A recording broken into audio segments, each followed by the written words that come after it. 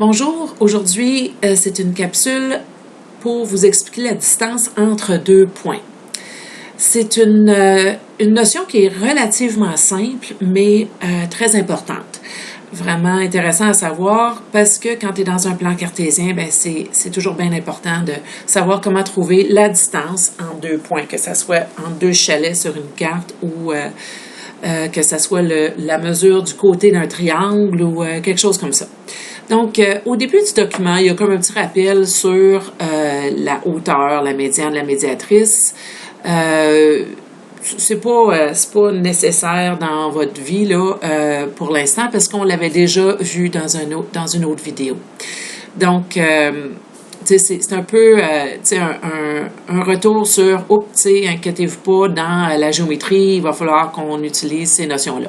Nous autres, on va commencer ici au point ici qui est écrit distance entre deux points du plan. On commence par les distances qui sont vraiment les plus simples, donc la distance entre deux points sur l'horizontale. Après ça, ça va être une distance verticale.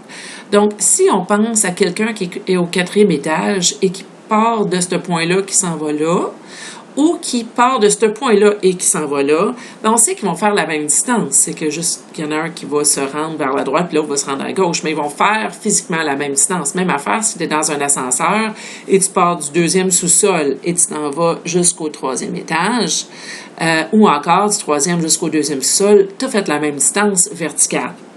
Mathématiquement, comment on écrit ça de façon, là, c'est une belle façon précise, là, d'écrire ça.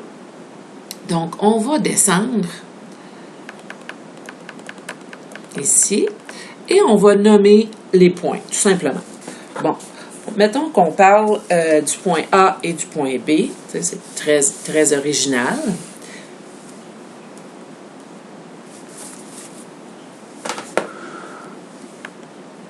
Donc, on a le point A et B. Le point A est situé à 1, 4. Le point B est situé à 5, 4. Bon, on voit que les seuls qui ont changé sont les X. Hein?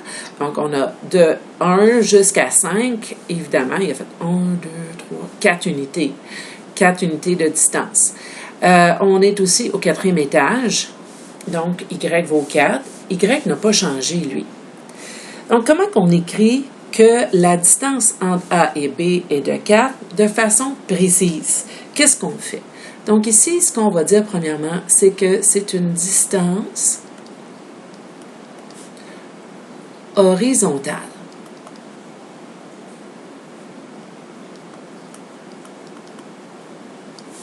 Donc la distance horizontale, c'est simplement la différence entre x2 et x1, x1, x2. La différence, c'est une soustraction, je vous rappelle, là. Puis je l'ai mis en valeur absolue. Pourquoi? Parce que si j'arrive à un négatif comme distance, c'est bien sûr que c'est pas un négatif. C'est dans le fond la vraie distance. Donc si je fais 5 moins 1, ça va me donner 4, ça va être parfait. Si je fais 1 moins 5, ça va me donner moins 4. Mais on sait que c'est pas moins 4. Donc, si je calcule ça, mettons que je le calcule de cette façon-là, donc la distance horizontale, donc la distance des X, et je fais 1 moins 5. Oui, c'est sûr que j'aurais pu choisir 5 moins 1, puis j'aurais pas eu besoin de parler de tout ça. Mais qu'est-ce qui arrive si on arrive à moins 4. Bien, on se rappelle, dans le chapitre 1, on avait vu la valeur absolue. La valeur absolue, c'est la vraie valeur, hein, la valeur de cette quantité-là. Donc, oui, on est arrivé à moins 4, mais la vraie distance, c'est 1, 2, 3, 4. Donc, la vraie distance, c'est 4 unités. Et voilà. Donc, ça, c'est la distance horizontale. Pour mes curieux dans la classe, Ben oui, ben ça couvre à peu près tout le monde. Vous êtes tous assez curieux, intelligents et tout ça. Je l'ai fait de l'autre façon ici. Donc, on peut aussi dire la distance des x. Là. Donc, 5 moins 1 au lieu de dire 1 moins 5. Hein, 5 moins 1, parce qu'il dit que lui, c'est le premier et lui, c'est le deuxième, ici, dans cette situation-là. Donc, 5 moins 1 donne 4. Et on sait que la valeur absolue de 4, c'est 4. Hein, une valeur positive sort des valeurs absolues comme une autre valeur positive. Quand c'est négatif, ça sort comme un positif aussi. Pour la distance verticale, si on prend le point C et D, je décide que ça c'était C et D là, pour l'exemple. Donc ici on est au C, c'est le point 4, 3. 4, 3. Et ici, on a le point D, là, c'est 4 moins 2. 4 moins 2. Donc, ce qu'on voit qui n'a pas changé sont les X. Ici, vraiment, là, c'est une descente ou une montée, si vous voulez, là, pure. Donc, on ne s'est pas déplacé du tout sur le plan horizontal pour les X. C'est juste Y qui a changé. Donc, pour faire la distance, on fait 3 moins moins 2 ou moins 2 moins 3, mais on sait que ça va être la différence entre les Y. Donc, la distance verticale, ça va être soit en valeur absolue 3 moins moins 2, et ça donne 5 en valeur absolue, donc qui donne 5 unités. Oups, unité. Donc, j'ai repris un peu l'écriture ici parce que c'était pas très beau. On peut aussi l'écrire de l'autre façon. On peut dire la distance des Y, donc la distance verticale encore, au fond. Hein. Au lieu de faire 3 moins moins 2, je peux faire moins 2 moins 3. Moins 2 moins 3 va me donner moins 5. Puis les valeurs absolues, eux autres, ben, vont assurer que je sache que la vraie distance, c'est 5 unités. Donc 1, 2, 3, 4, 5. Donc ça, c'est pour la distance purement horizontale et purement verticale. Si on tourne la page et on place un P1 et un P2, donc point 1, point 2, si vous voulez, là, sur un segment qui est oblique. Oblique, autrement dit, il y a eu un changement et sur le plan horizontal et sur le plan vertical. Donc, mettons que ici, je suis à moins 4 et moins 1. Donc, moins 4 et moins 1. Et ici, je suis clairement à 4 et 4. 4, 4. Il y a beaucoup de 4 dans l'exemple, mais c'est pas trop grave parce qu'on va en faire d'autres tantôt qui n'ont pas 1 million de 4 dedans. Donc, qu'est-ce qu'on peut voir dans cette situation-là? C'est que justement, les deux distances ont été vues ici. Là. Donc, soit P1, P2, dont 2 points dans le plan cartésien. Quelle est la distance horizontale? Bien, la distance horizontale, ici, c'est celle-ci. Donc, ce qu'on voit ici en vert, c'est 1, 2, 3, 4, 5, 6, 7, 8 unités. Donc, on peut y aller, c'est sûr, en comptant comme ça. Ça ne sera pas toujours cute comme ça, moins 4 à 4. Des fois, tu vas avoir moins 1002 et 17,43. Donc, tu sais, c'est pas toujours facile de compter comme ça. Mais pour cet exemple, tu sais, le premier exemple, ben, c'est sûr que c'est intéressant d'avoir quelque chose de simple.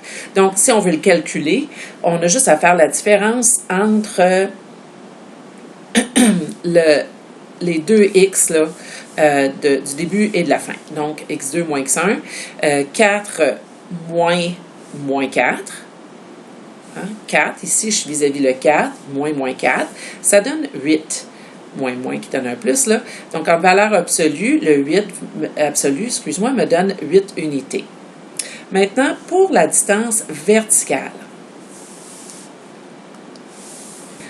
On a ici, pour la distance verticale, je l'ai mis en mauve, 1, 2, 3, 4, 5. Donc, on voit que c'est 5 unités, mais comme je vous avais dit tantôt, c'est pas toujours des beaux chiffres comme ça qu'on va avoir. Donc, Si je regarde la distance entre les deux Y, hein, que tu aies comme ça ou comme ça, c'est pas grave. On sait que ce Y-là, il est à moins 1 et ce Y-là, il est à 4.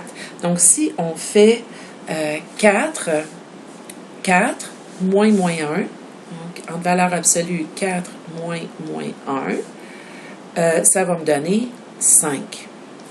Donc, en valeur absolue, ça fait 5 unités. Si j'avais fait moins 1, moins 4, ça m'aurait donné moins 5. Et encore une fois, ça m'aurait donné 5 unités. Parce qu'une valeur absolue, c'est une machine à positif. Bon, qu'est-ce qu'on voit ici? On voit qu'on a un triangle rectangle.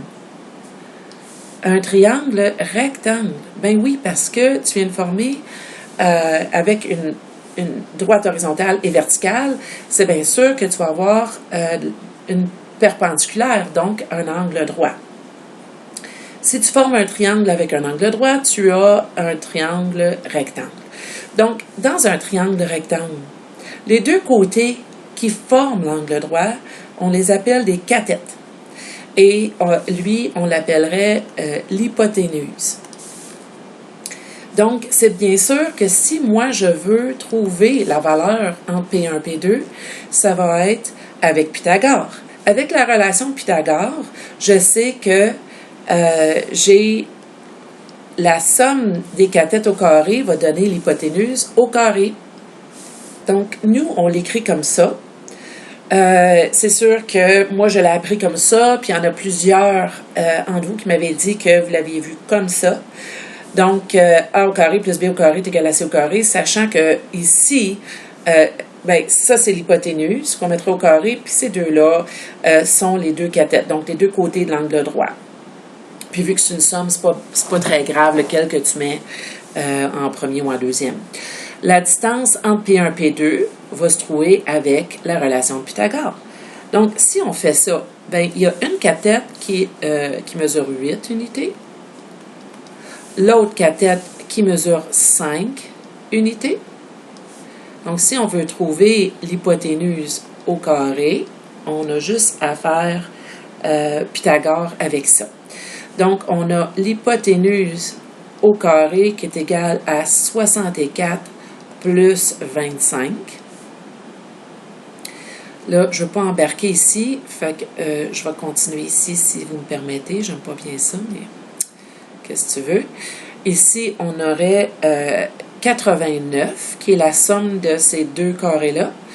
Donc, pour avoir l'hypoténuse, et non pas l'hypoténuse au carré, on doit faire une racine carrée.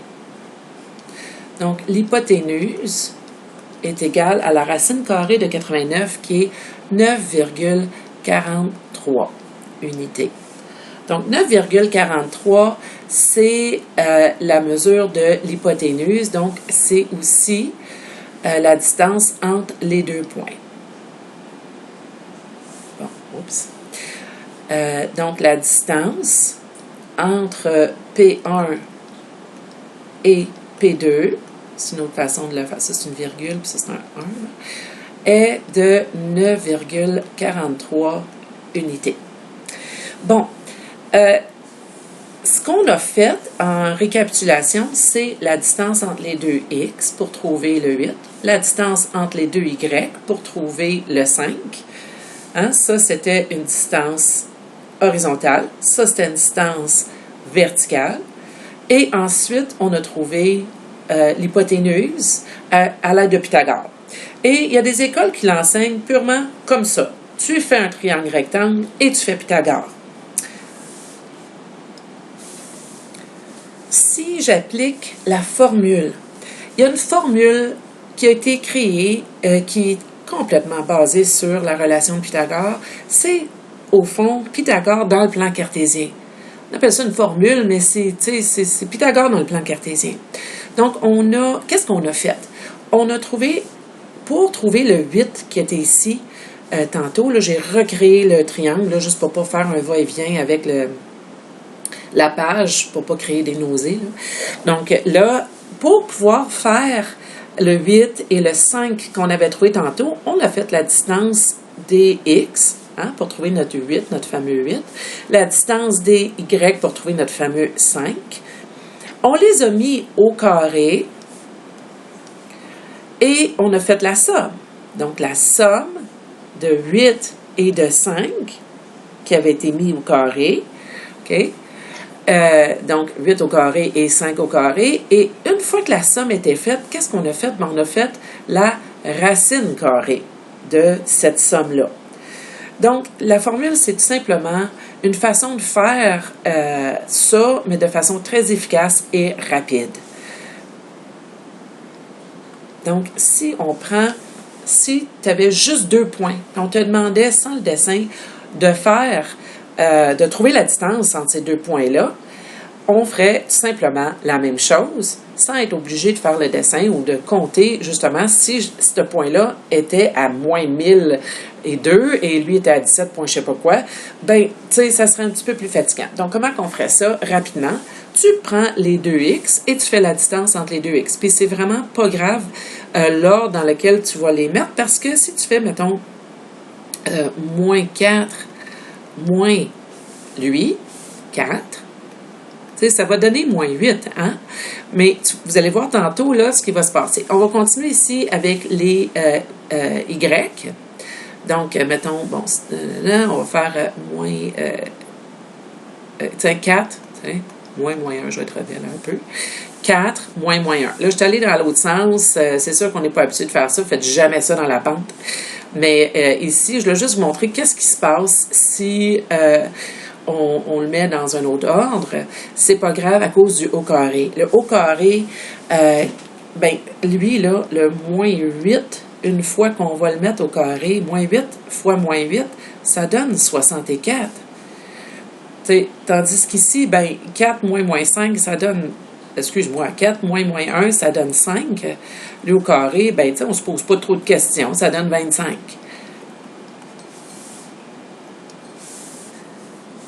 Donc, une fois qu'on a mis tout ça là, dans la formule comme il faut, avec les racines, puis tout ça, en passant, ici, tantôt j'avais fait distance P1 à P2. L'autre façon de l'écrire, c'est la distance de P1 à P2, donc le segment P1, P2. Donc ça c'est une autre façon de l'écrire. J'ai décidé de vous intégrer ça parce que vous allez voir les deux. Donc, la distance P1, P2, donc du segment P1, P2, hein, tu fais la somme de 64 et 25, ça fait 89. Et bien sûr que comme tantôt, ça n'a pas changé, ça va donner 9,43 unités. Donc, l'idée ici, là, c'était pour vous montrer que pourquoi il n'y avait plus de valeur absolue. C'est parce qu'une fois que tu le mets au carré, un négatif au carré ou un positif au carré, ça donne un positif. Moins 8, attention, entre parenthèses, faites bien attention. Ça fait longtemps que vous n'avez pas pensé à ça. Moins 8 au carré, ça donne 64. Si vous l'écrivez comme ça sur votre calculatrice, il va te donner lui. Puis ça, c'est pas ça que tu veux.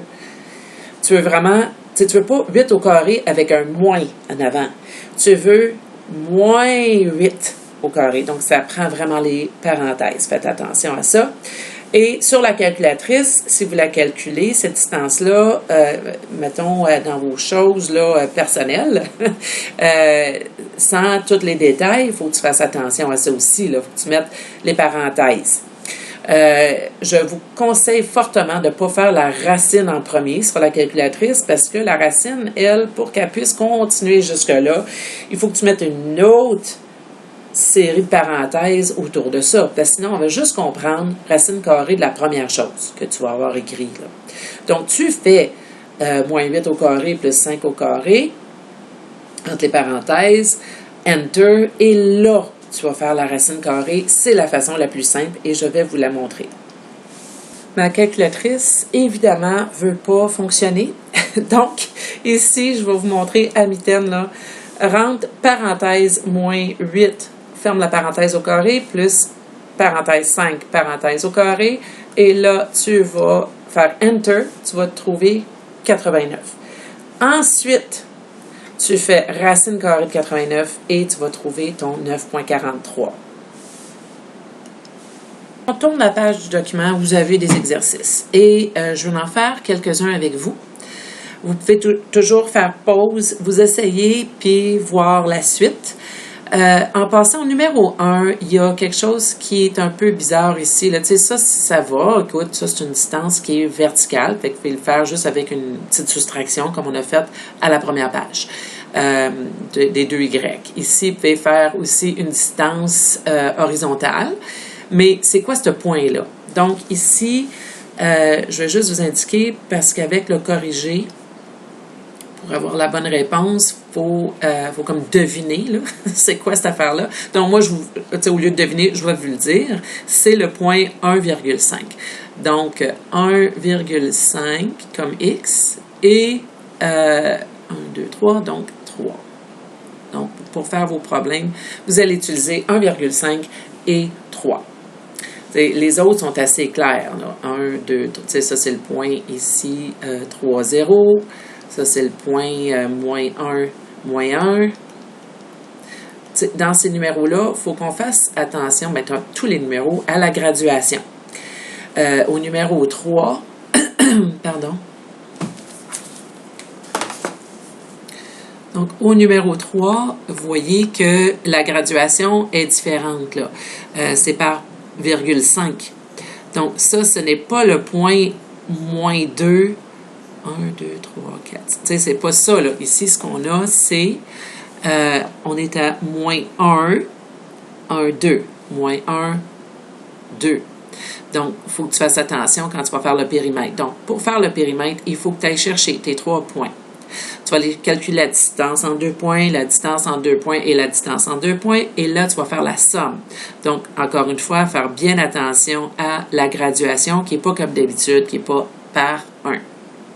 Donc, nous autres, on va commencer par le numéro 2, parce que c'est des exemples très, très basiques. Fais ça. Calcule la distance entre les 2 points. On n'a pas de dessin, on n'a rien, on va juste appliquer la formule. Donc, la distance entre 5,9 et 9,12, on va aller faire ça immédiatement. Donc, j'ai réécrit le numéro 2A ici. On a 5,9 et 9,12. Je vais en faire quelques-uns pour être sûr que vous êtes correct là, pour essayer de les faire par vous-même. Donc, inquiétez-vous pas. Puis, tu sais, vous avez toujours l'option rewind puis tout ça. Là. Et aussi de m'écrire si vous avez des questions. Donc, on a la différence entre les X et la différence entre les Y. OK. Donc, si on fait 9 moins 5, ça, c'est la différence entre les X. 12 moins 9, la différence des Y. 9 moins 5, c'est 4. 12 moins 9, c'est 3. On va faire la somme avant de faire une racine, parce que c'est vraiment la racine de tout ça. Donc, pour faire la somme avant, on aurait 16 plus 9. 4 au carré, 16. 3 au carré, 9. Donc, on a la racine de... Pourquoi c'est là, ça? Un petit peu. Oh, nice. OK. Tiens, je vais l'utiliser. La racine carrée de 25. La racine carrée de 25, c'est 5. Ceux qui sont très réveillés vont se dire, oui, mais tu n'as pas dit que quand on faisait la racine carrée, il fallait penser au 5 et au moins 5. Bien sûr, il faut toujours penser à ça. Vous êtes rendu à un autre niveau dans votre vie. Fait alors, il faut toujours penser à ça. Par contre, vu qu'on est dans Pythagore puis c'est une distance, on va ignorer la version négative de la racine de 25. Parce que oui, c'est vrai que moins 5 fois moins 5 donne aussi 25, mais ça, pendant la distance, c'est une valeur à rejeter. Donc, on va prendre vraiment le 5 unités. On accepte ça. Au numéro 2B, on a 11 moins 4 comme premier point et 19, 2 comme deuxième point. Et comme on a vu tantôt, même si tu dis que ça c'est le premier point et ça c'est le deuxième point, c'est pas grave. Il faut que tu fasses la différence entre les X et la différence entre les Y.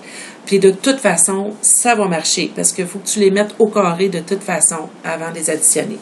Donc, j'ai fait ici la différence des x. 19 moins 11. Après ça, je vais dire 2 moins, puis ce qui est ici, hein, c'est moins 4. Donc, 2 moins moins 4. 19 moins 11, ça fait 8. 2 moins moins 4, c'est comme 2 plus 4, donc ça fait 6. Oups, en tout cas. Et j'ai 8 au carré qui donne 64. 6 au carré, 6 au carré, ça donne 36. Et 36 et 64, ça donne 100. Donc, la racine carrée de 100, c'est 10 unités. À 2C, on a un point 2,5, on a un point 1,7. Donc, si je fais la différence des x et je fais 1,5 moins 2, on n'a pas peur de ça, hein, des fractions? Ben non. 1,5 moins 2, et là j'ai 7 moins 5. T'sais, de toute façon, on va se ramasser avec quelque chose en décimale là, à la fin.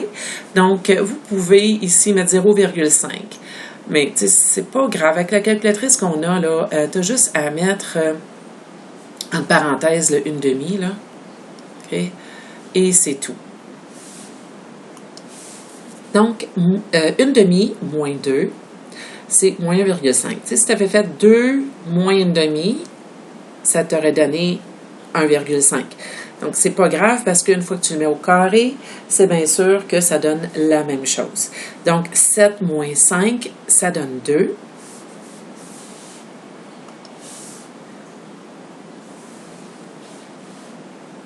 Quand on a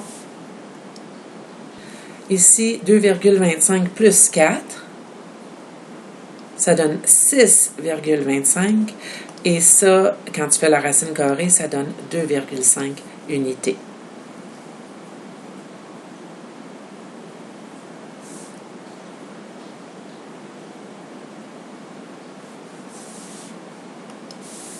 À 2D, et c'est le dernier que je fais avec vous aujourd'hui. Vous allez pouvoir vous essayer et me poser des questions s'il y a un problème. Je vais aussi vous donner à la fin du vidéo le corrigé de cette page-là. Donc, vous avez ici moins 3, 7 et moins 12, moins 1. Si je fais moins 12, moins 3, moins 12, moins 3, et ensuite moins 1, moins 7,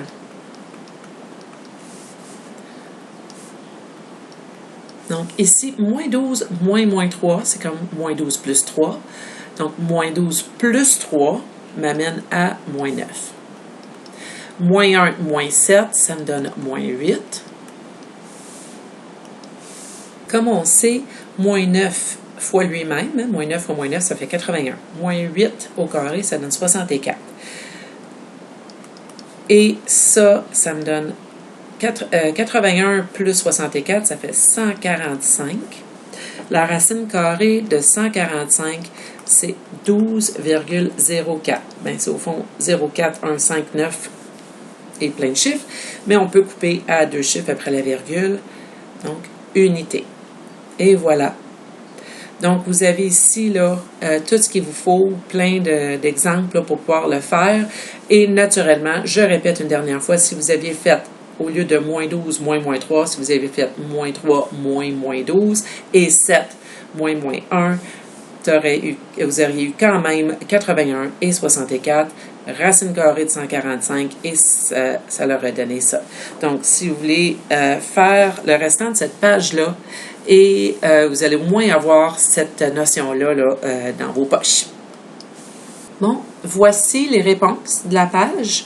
Donc, je vais laisser quelques secondes, vous ayez la chance de vous retrouver. Puis, bien sûr, vous pouvez toujours peser sur pause pour voir les réponses. N'oubliez pas qu'ici, c'est le point 1,53 là, pour être certain d'avoir les bons résultats.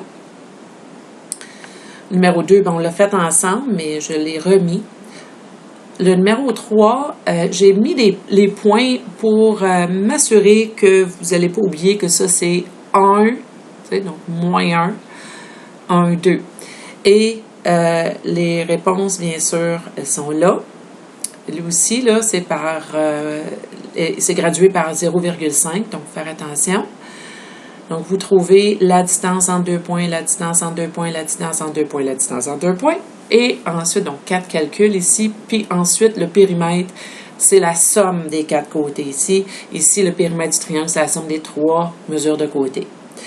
Ensuite, pour le numéro 4, 4A, c'est Hugo, qui est le plus près. Et il faudrait le calculer avant, là. Donc, vous avez le restaurant Hugo ici, Resto McDo, et le phare, et c'est ça, c'est les 2 chemins, là, et l'hôtel de ville qui est ici. Donc, vous pouvez toujours faire pause puis aller essayer de faire votre calcul. Si vous n'avez pas d'imprimante, vous ne pouvez pas sortir le document. Donc, de combien, ça veut dire qu'on veut une soustraction. On te demande c'est lequel qui est le plus près, mais de combien qui est le plus près. Donc, tu dois calculer tes distances du resto à l'hôtel de ville et du resto ici. Et ensuite, faire la soustraction entre les 2 distances pour savoir de combien il est plus près. Bon, à la prochaine!